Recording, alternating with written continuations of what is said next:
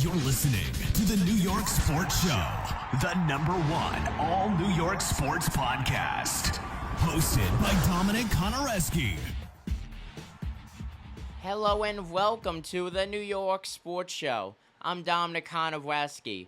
The New York Mets have played through 83 games this season, posting a 42-41 win-loss record, putting them just one game north of that 500 mark. This is a Mets team that has overcome a lot this season and has been through a lot. We're not at the All-Star break just yet, but the Mets already looking really well going into it. Let me remind you, they're going to be facing a lot of the very dismantled Washington Nationals, who are essentially playing throwaway games at this point. The Mets could possibly have been in the same position. They were looking very well like they would have been if it wasn't for their massive winning streak, which is really being contributed to a McDonald's promotional character that looks like a purple slice of pizza in Grimace.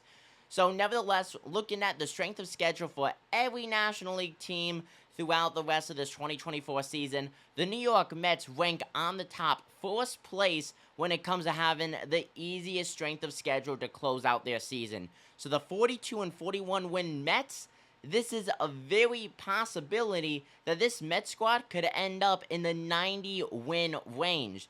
Now, I think a win goal of between 95 and 97 wins is very realistic. That's just if everything is able to come together. I know the Mets have had a lot of bullpen issues this year, mainly Edwin Diaz. They've been without Diaz a lot, whether it's him doing rehab starts or being suspended for allegedly cheating. You could debate on that. But when they've had Edwin Diaz, he has not been a true A-plus All-Star caliber pitcher that we have seen from him in really his entire career. And I know JD Martinez is being listed day to day, so who knows what's going on with him. Jose Iglesias, though, he has stepped up massively. And even though this Met team has been thriving, a lot has been doing a lot of good stuff, it's not really been from Pete Alonso. Pete Alonso and even Francisco Lindor have had pretty, I would say, mediocre seasons. They're contributing in other ways, but batting average at least, they've had very down seasons from what we both know these two All-Stars, possibly even two Hall of Famers, future Hall of Famers could produce. So nevertheless, getting back on track, Mets have 79 games left, ranking first place in the easiest strength of schedule category. 95 to 97 wins, very big possibility. Looking at a possible 97-win season that would involve the Mets going 55-24 to close things off.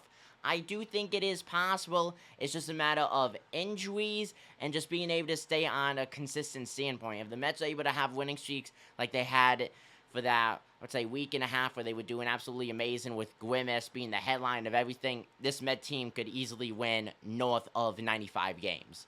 Comment down below what you guys think. I'm Dominic Konareski. Take it easy, folks.